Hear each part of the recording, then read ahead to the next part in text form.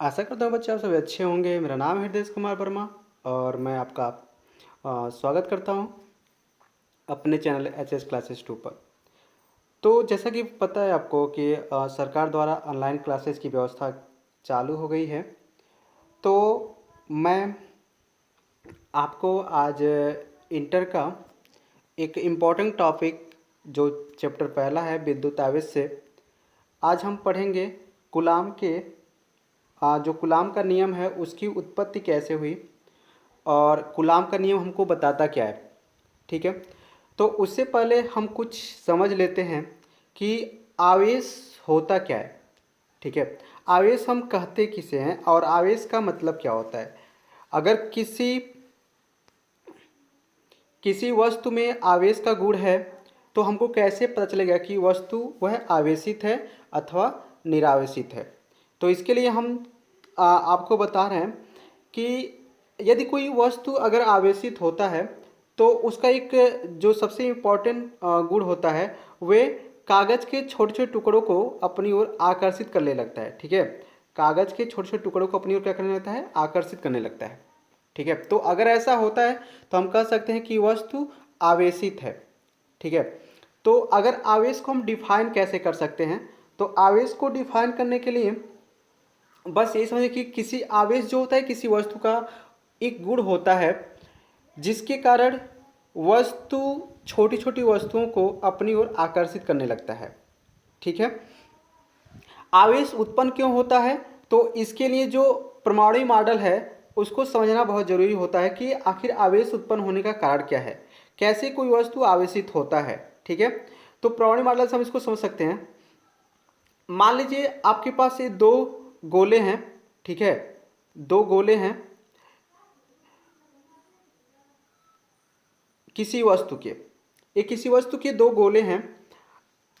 इनमें देखिए प्रारंभ में कोई भी वस्तु क्या होता है ना, उदासीन होता है। ठीक है, प्रारंभ में जब किसी वस्तु की हम बात करें तो ना ही वह ऋणावेश हो, तो मतलब उस पर कोई भी आवेश नहीं होता है। अब क्या होता है कि जब इनको आपस में घर्षण किया जाता है, इनका जो आपस में क्या करते हैं हम लोग, घर्षण करते हैं। तो इस कंडीशन में होता क्या है कि घर्षण करने से आपको पता है कोई भी एटम है, कोई भी परमाणु है, तो उसके जो बाह्य कोश में इलेक्ट्रॉन होते हैं उन्हें हम लोग बोलते हैं मुक्त इलेक्ट्रॉन। ठीक है, और मुक्त इलेक्ट्रॉन जो होते हैं वे थोड़ा स्वतंत्र होते हैं। अगर बाहर से उन्हें किसी तरह का कोई ऊर्जा मिल जाए तो वह अपनी कक्षा को छोड़ सकते हैं। तो जब किसी वस्तु दो वस्तुओं को जब आपस में घर्षण कराया जाता है तो इससे क्या होते हैं कि जिस कक्षा के मतलब जो बाह्य कक्षा के इलेक्ट्रॉन होते हैं, ठीक है, वे अगर उनको अपनी देखिए कोई भी इलेक्ट्रॉन एक निश्चित कक्षा में ही परिक्रमा करता है जिस लेवल का वो होता है। जैसे अलग अलग एनर्जी लेवल होता है, तो अलग अलग ऊर्जा से आपको पता है, पर इसको समझ लीजिएगा कि जो परमाणु का निर्माण कुछ इस तरह से होता है। ठीक है, परमाणु का निर्माण कुछ इस तरह से है। तो इसमें ये जो कक्षा है और ये जो कक्षा है और ये, ठीक है, तीनों अलग अलग कक्षाएं हैं। तो इस कक्षा में जो इलेक्ट्रॉन होगा उसका एनर्जी कुछ और होगा, इस कक्षा में जो इलेक्ट्रॉन होगा उसका एनर्जी कुछ और होगा, और इस कक्षा में जो इलेक्ट्रॉन होगा उसका एनर्जी कुछ और होगा। तो जैसे जैसे आप इन न्यूक्लियर होता है, ये नाभिक होता है, तो जैसे जैसे आप नाभिक से दूर जाएंगे, ठीक है, जैसे जैसे नाभिक से दूर जाएंगे तो जो ऊर्जा होता है ना, ऊर्जा वे उसका ऊर्जा का जो लेवल होता है वो बढ़ता जाता है। यानी जो सबसे बाहरी कोश में इलेक्ट्रॉन होते हैं उसके पास जो ऊर्जा होता है अधिक होता है। अब आप कहेंगे कि मान लीजिए ये ऊर्जा को क्या कोई इलेक्ट्रॉन इसमें से इसमें नहीं आ सकता, तो बिल्कुल आ सकता है। हम एक एग्जांपल देते हैं कि अगर हम कहें कि इसका जो एनर्जी है 4 है और इसका एनर्जी 3 है, तो अगर इसकी एनर्जी को हम क्या कर दें कि इस किसी तरह ये इस इलेक्ट्रॉन की एनर्जी में से एक कम कर दें तो इसके पास एनर्जी 3 हो जाएगा और तुरंत वह इस कक्षा में चला आएगा। ठीक है, बात समझ आए हैं? तो इस कक्षा से तुरंत ही दूसरी उसके नीचे वाले कक्षा में चला आएगा। ठीक है, अब ऐसा होता क्यों है, तो क्योंकि हमने पता है कि जब आप इसको आगे पढ़ेंगे कि जो इलेक्ट्रॉन होते हैं एक निश्चित ऊर्जा की कक्षा में ही चक्कर ला सकते हैं, जिस लेवल के होते हैं। ठीक है, जिस लेवल के हैं उसी लेवल में ही रह सकते हैं, उससे आगे नहीं जा सकते। ठीक है, तो उसी तरह अगर हम बात करें कि ये कोई एटम है और इसमें जो इलेक्ट्रॉन है इसके पास एनर्जी लेवल कितने का है, 4 का है। इसके पास जो ऊर्जा है वो 4 है, एक एग्जांपल में समझिए, ठीक है। 4 इलेक्ट्रॉन वोल्ट का मान लीजिए हम इसके पास एनर्जी है। अब किसी तरह इसकी एनर्जी को हमने बढ़ा करके 5 कर दिया, तो ये क्या इस कक्षा में चक्कर लगाएगा? तो जी ऐसा बिल्कुल नहीं, ये इस कक्षा को छोड़कर चला जाएगा, ठीक है। कोई भी वैसे देखिए ये क्या है कि यूनिवर्सल ट्रूथ है कि कोई भी व्यक्ति हो चाहे कोई भी इंसान हो, किसी के अंडर में रह करके नहीं चलना चाहता, ठीक है। सब लोग स्वतंत्र होना चाहते हैं। तो सेम इसी कंडीशन में ये जो इलेक्ट्रॉन है ये भी क्या होते हैं, ये भी स्वतंत्र होना चाहते हैं, ठीक है। तो इनके लिए ये चूंकि ये न्यूक्लियर के क्या है, इस समय मान लीजिए कि न्यूक्लियर की तरफ से गुलाम है, इसलिए इसका एक चक्कर लगाते हैं, ठीक है। तो मान लीजिए इसने कुछ इसका जो इसके पास जो ऊर्जा था, अब इसको कोई बाहर से ऊर्जा देकर के इसको बुला सकता है, तो बिल्कुल ये न्यूक्लियर को छोड़कर चला जाएगा। तो ऐसा सिर्फ बाह्य कक्षा वाले इलेक्ट्रॉनों में ही होता है, क्योंकि वे नाभिक से अधिक दूर होते हैं, तो इसके पास इनके भी जो आकर्षण बल होता है वो भी क्या होता है, कम होता है, ठीक है। तो ये बात आप समझ गए होंगे। अब बात आती है कि हम इसको कैसे समझें, कोई आवेशित होता है और कौन ऋणावेशित, मतलब ऐसे कैसे होता है। तो जब हम घर्षण कराते हैं तो होता क्या है कि हमने कहा अभी बताया कि अगर इसमें का जो इलेक्ट्रॉन है, ठीक है, इसमें का जो इलेक्ट्रॉन है उसके पास 5 एनर्जी है। अगर इसके पास घर्षण कराने से क्या होता है कि आपको पता है घर्षण से ऊर्जा की हानि होती है। किसी का ऊर्जा का हानि मतलब इसका एक का ऊर्जा का हानि होगा तो एक का ऊर्जा की वृद्धि। तो इसमें क्या होगा कि घर्षण करने से इसकी एनर्जी क्या होती है, बढ़ जाती है। और जब इसकी एनर्जी बढ़ जाती है तो होता क्या है कि इसको छोड़ करके इसमें चला जाता है, और जब ये इसको छोड़ करके इसमें आता है, ठीक है, जब ये इसको छोड़ करके इसमें आता है तो जिसको मान लीजिए ए वाला है, ठीक है, इसमें का जो इलेक्ट्रॉन, अगर इसमें इलेक्ट्रॉन आ गया तो जिसमें से इलेक्ट्रॉन आता है उस पर क्या होता है प्लस, और जिसमें जाता है उस पर क्या होता है माइनस। तो इस तरह से हम देखेंगे कि पहले तो ये दोनों क्या थे, उदासीन थे, और बाद में क्या हो गया, इसमें एक प्लस हो गया, इस पर क्या हो गया, एक माइनस हो गया, ठीक है। तो इस तरह से इन्हें हम घर्षण विद्युत ही बोलते, क्योंकि जो ये विद्युत उत्पन्न होता है, ठीक है, ये घर्षण के कारण होता है, तो इसका नाम हम घर्षण विद्युत भी कर सकते हैं, ठीक है। तो ये थी परमाणु मॉडल के आधार पे इलेक्ट्रॉनों के आदान प्रदान के कारण ही आवेश उत्पन्न होते हैं, ये चीज याद रखिएगा। और प्रारंभ में कोई भी परमाणु क्या होता है, उदास मतलब चार्ज, उस पर कोई चार्ज नहीं होता है, वो उदासीन होता है, ठीक है। अब एक बात बताइए, हमने कहा कि जो देखिए एक चीज और, आवेश जो होते हैं ये प्लस क्यू का हो सकता है, +2 का क्यू, +2 क्यू का हो सकता है, -3 क्यू का हो सकता है, यानी ये पूर्ण गुणक होते हैं। हम इसको 1/q नहीं कर सकते, 3/2 क्यू नहीं कर सकते, यानी ये एक पूर्ण गुणक होते हैं, ठीक है। 2 इलेक्ट्रॉन जाएंगे तो 2 इलेक्ट्रॉन जाएंगे, 3 इलेक्ट्रॉन जाएंगे, 4 इलेक्ट्रॉन जाएंगे, लेकिन 1/2 इलेक्ट्रॉन नहीं जा सकते, 1/3 इलेक्ट्रॉन नहीं जा सकते। तो जो आवेश होता है वो पूर्ण गुणक होता है। अच्छा, अब बात आती है कि आवेश को हम प्लस और क्यू में क्यों, एक हमने कहा कि आवेश 2 तरह के होते हैं, एक धनात्मक और एक ऋणात्मक। अब इसके पीछे भी एक लॉजिक है, धनात्मक क्यों होता है और ऋणात्मक क्यों होता है। तो जब आवेश की खोज करना स्टार्ट किया गया, ठीक है, तो अलग अलग साइंटिस्ट ने अपना अलग अलग प्रयोग किया।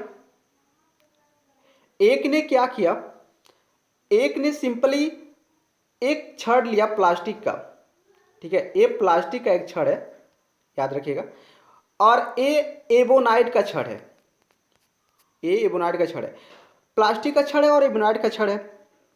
अब होता क्या है कि जब प्लास्टिक के छड़ को रेशम के कपड़े से रगड़ा जाता है, और जब इस एबोनाइट के छड़ को बिल्ली के खाल से रगड़ा जाता है, तो हम देखते क्या है कि जो प्लास्टिक का छड़ है, जो प्लास्टिक का छड़ है वो विद्युत आवेशित हो जाता है, और जब प्लास्टिक के छड़ के पास हम कागज के छोटे छोटे टुकड़े को रखते हैं तो ये इसको अपनी ओर क्या करता है, खींचने लगता है, आकर्षित करने लगता है, ठीक है, ये इसको अपनी ओर खींचने लगता है। सेम यही कंडीशन यहाँ भी देखा गया। एबोनाइट के छड़ को बिल्ली के खाल से जब रगड़ा गया तब भी देखा गया कि ये एबोनाइट के छड़ जो होते हैं छोटे छोटे कागज के टुकड़े को अपनी ओर आकर्षित कर रहे हैं। अब ऐसा हुआ क्यों, आपको पता चला, क्योंकि हम कह सकते हैं कि उसमें क्या हो गया, आवेश उत्पन्न हो गया, इसलिए वो कागज के छोटे टुकड़े को अपनी ओर आकर्षित कर रहे हैं, ठीक है। अब हमने अभी बताया कि प्लस और माइनस क्यों पड़ा। तो अब अगला हुआ कि आप दोनों वैज्ञानिक जो हैं एक साथ जब मिले तो ये अपने प्लास्टिक के छड़ को लाए और ये अपने एबोनाइट के छड़ को लाए। अब इन्होंने दोनों को एक साथ किया, ठीक है, दोनों को एक साथ मिलाया, जब इन्होंने दोनों को एक साथ मिलाया तो देखा क्या कि एक प्लास्टिक है और एक एबोनाइट है। जब दोनों को एक साथ मिलाए और इसके पीछे कागज के छोटे छोटे टुकड़े भी रख दिए गए, तो इन्होंने देखा क्या कि ये एक दूसरे को अपनी ओर आकर्षित कर रहे हैं, एक दूसरे को अपनी तरफ खींच रहे हैं, और ये जो कागज के छोटे छोटे टुकड़े रखे गए हैं इनको ये आकर्षित नहीं कर पा रहे हैं। मतलब क्या है कि इनका जो गुण था, एक कागज के छोटे टुकड़े को जो खींच रहे थे तरफ, वो खत्म हो गया। अब यहां से लॉजिक समझिए कि कोई चीज खत्म कब होता है। जैसे हमने कहा कि +2 है, अब +2 को खत्म करना है तो -2 को लाना पड़ेगा। ठीक है, -2 को लाने के लिए हम क्या करेंगे, तब एक क्या बन जाएगा, 0। तो उन्होंने सोचा क्या कि आखिर दोनों ही काम एक ही कर रहे थे, छोटे छोटे टुकड़ों को अपनी ओर आकर्षित कर। अच्छा, एक चीज और देखिए, अब हमने क्या किया, एक प्लास्टिक को लाया और दूसरा भी प्लास्टिक को लाया। इस समय होता क्या है, इस समय भी ये दोनों एक दूसरे को रिपल, अब दोनों प्लास्टिक के हैं तो दोनों एक दूसरे को क्या कर रहे हैं, प्रतिकर्षित कर रहे हैं, दोनों एक दूसरे को दूर कर रहे हैं। देखिए, जब एक प्लास्टिक का था दूसरा भी प्लास्टिक का, तो दोनों दूर कर रहे हैं, प्रतिकर्षित कर रहे हैं। तो यहीं से समझ में आया कि एक प्लस है, और जब दोनों प्लस, यहीं से इन लोगों का नाम, जब देखिए पहले इसको समझिए कि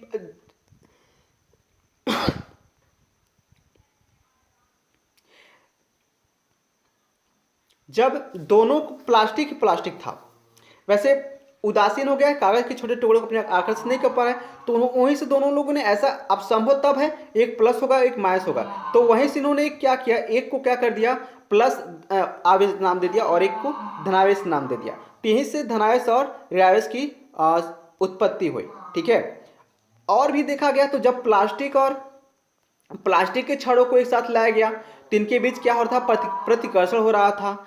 और जब इसी तरह से प्लास्टिक और एबोनाइट को लाया गया तो आकर्षण हो रहा था। मतलब क्या है, एक को प्लस किया गया और एक को माइनस, तो प्लस और माइनस में क्या होगा, आकर्षण होगा, और प्लस में क्या होगा, प्रतिकर्षण होगा। ठीक है, ये चीज आपको याद रखना है। तो जब भी इतना याद रखिएगा, समान आवेशों में क्या होता है, आकर्षण होता है, और असमान आवेशों में प्रतिकर्षण होता है। ठीक है, इसमें बहुत डीपली नहीं जाएंगे हम लोग। ठीक है, तो इतना आप समझिए, बाकी हम लोग इसको और कवर कर लेंगे। ठीक है, अब देखिए बिंदु आवेश की बात हम करें तो बिंदु आवेश क्या होता है, तो हमने यहाँ लिखा हुआ है, ऐसे दो आवेश जिनके बीच की दूरी उनकी विमाओं की तुलना में बहुत ज्यादा होता है, बिंदु आवेश कहलाता है। अब इसको फिगर से समझिए। हमने कहा कि एक आवेश है +q का, और एक दूसरा भी आवेश है +q का, चाहे -q भी कर लेते हैं, कोई दिक्कत नहीं है। ठीक है, -q कर लेते हैं, एक +q का आवेश और एक -q, इनके बीच की दूरी r है। तो इस आवेश का कोई बीमा होगा, यानी लंबाई चौड़ाई मोटाई होगा, तो और r इनके बीच की दूरी है। तो r की अगर बात करें तो अगर r बहुत क्या होगा, बड़ा होगा, किससे, इनके बीमा से, इन दोनों की बीमाओं से, यानी हम कहें कि इन दोनों की बीमाओं से जब r का मान क्या होगा, बड़ा होगा, तो इन दोनों आवेश को हम लोग को बिंदु आवेश कहेंगे। इस बार इसका डिफिनेशन देख लीजिए, समझ में आ जाएगा। यानी ऐसे दो आवेश जिनके बीच की दूरी उनकी बीमाओं की तुलना में बहुत ज्यादा होता है, उन्हें बिंदु आवेश कहते हैं। तो आई होप अब इसको समझ गए होंगे बिंदु आवेश क्या होता है। ठीक है, वीडियो को हम ज्यादा लंबा नहीं करेंगे, इसको जल्दी कवर करेंगे। और उसके बाद हम देखते हैं कि अब जैसे आपने पढ़ा था कि ब्रह्मांड में किन्हीं दो पिंडों के मध्य एक बल कार्य करता है, न्यूटन ने उस बल को नाम दिया था गुरुत्वाकर्षण बल। ठीक है, तो जो गुरुत्वाकर्षण बल है, वैसे ही समझिए कूलाम का नियम है, आवेशों के मध्य भी वैसे ही बल काम करता है। डिफरेंस क्या है कि जो गुरुत्वाकर्षण बल होता है वो सिर्फ आकर्षण बल होता है, और जो बल है वो आकर्षण और प्रतिकर्षण दोनों तरह से हो सकते हैं। ठीक है, अब चलते हैं, देखते हैं कि कूलाम ने इसके बारे में अपना क्या नियम दिया। तो कूलाम के नियम के अनुसार पहले आप समझिए कूलाम का नियम क्या है। तो पहले इसको डिफाइन पढ़िए। कूलाम ने दो बिंदु आवेशों के मध्य लगने वाले आकर्षण तथा प्रतिकर्षण बल के संबंध में एक नियम का प्रतिपादन किया, जिसे कूलाम का नियम कहते हैं। अब इसको समझिए, कूलाम का नियम क्या, कि अगर दो आवेश हैं, ठीक है, ++q के, तो जाहिर सी बात है कि इनके बीच में एक बल काम करेगा, और वो बल कैसा होगा, प्रतिकर्षण बल होगा। तो प्रतिकर्षण बल की अगर हम बात करें तो कूलाम के नियम के अनुसार कि जो प्रतिकर्षण बल होता है,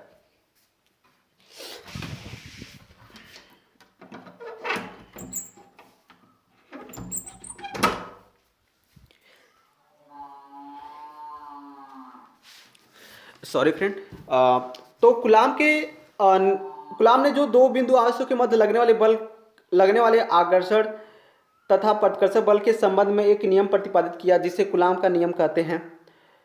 तो आपको पता है कि जब भी आप प्लस क्यू के आवेश के पास कोई भी प्लस क्यू आवेश ले आएंगे तो ये नहीं चाहेगा कि ये इसके क्षेत्र में आए, और ये दोनों एक दूसरे को क्या करेंगे, रिवल करेंगे, ठीक है, दोनों एक दूसरे को प्रतिकर्षित करेंगे। तो यहाँ जो आवेश होगा वो उनके बीच जो बल लगेगा उससे हम लोग बोलेंगे प्रतिकर्षण बल।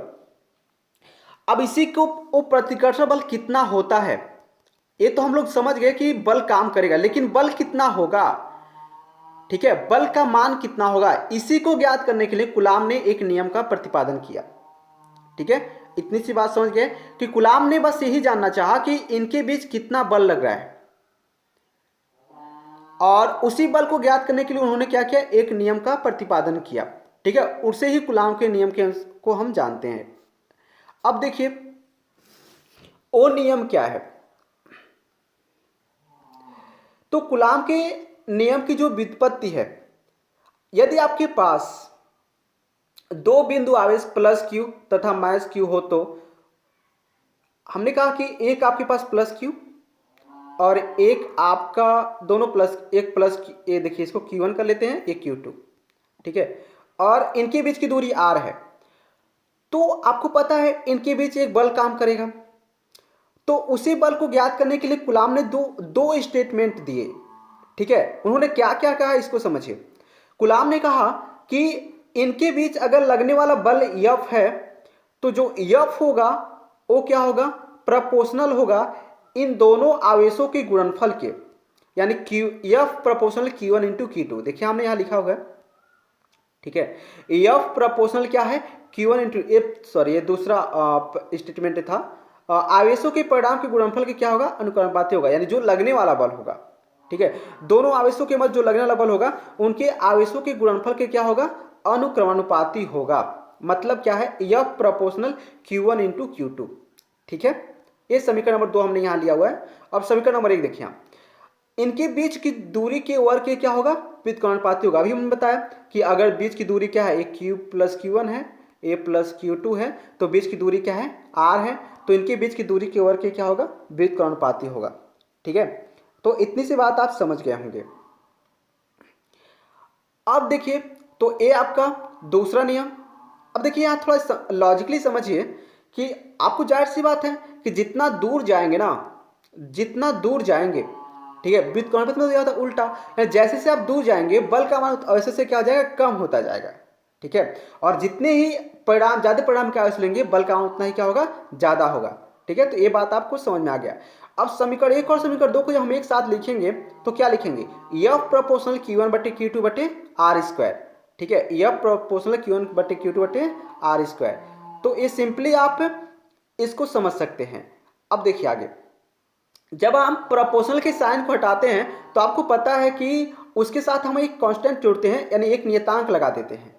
तो हमने यहाँ पर एक नियतांक लिखा हुआ है K। ठीक है, जो हमारा नियतांक है वो क्या है, K है।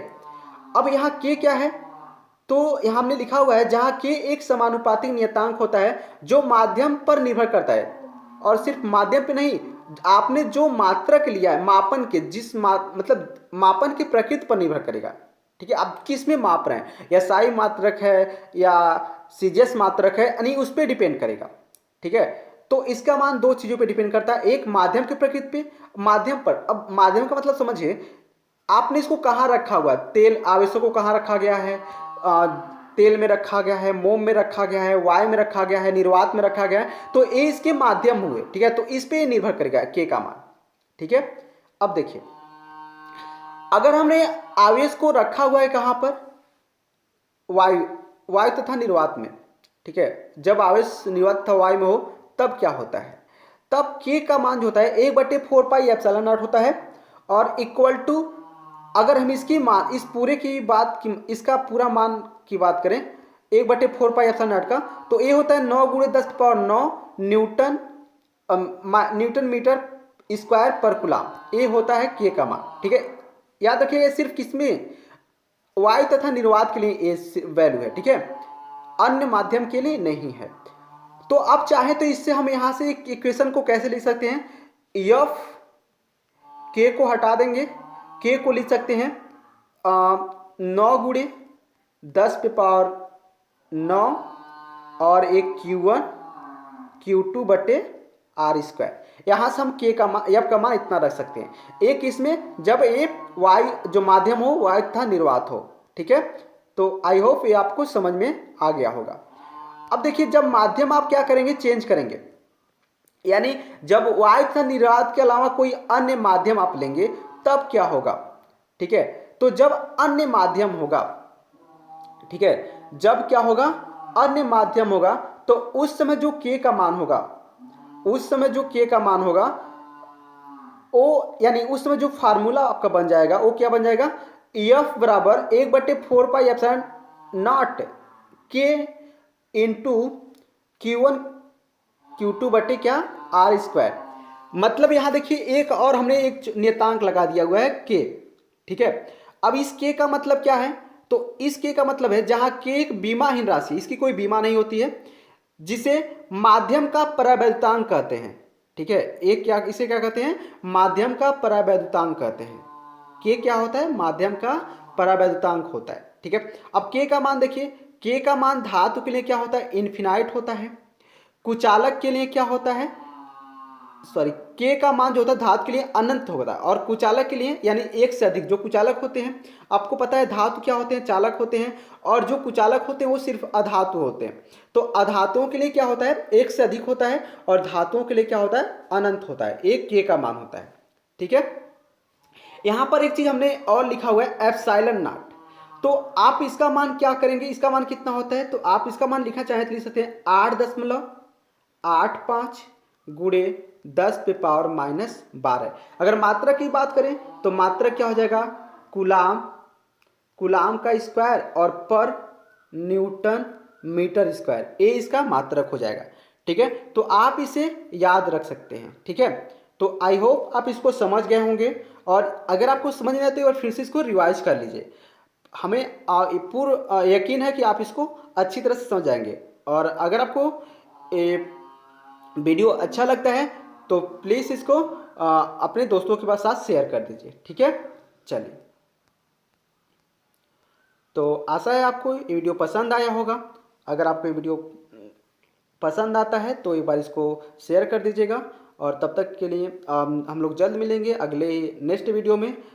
और एक चीज़ और कि आपको पता है कि हम इस समय किस स्थिति से पूरा विश्व जूझ रहा है, तो आप जितना ही घर पे रहेंगे उतना ही सुरक्षित रहेंगे, और आप अपना तो सुरक्षा करेंगे ही, अपने परिवार वालों का भी सुरक्षा करेंगे। तो प्लीज़ आप घर पे ही रहिएगा, और घर पे रह करके ही पढ़ाई आप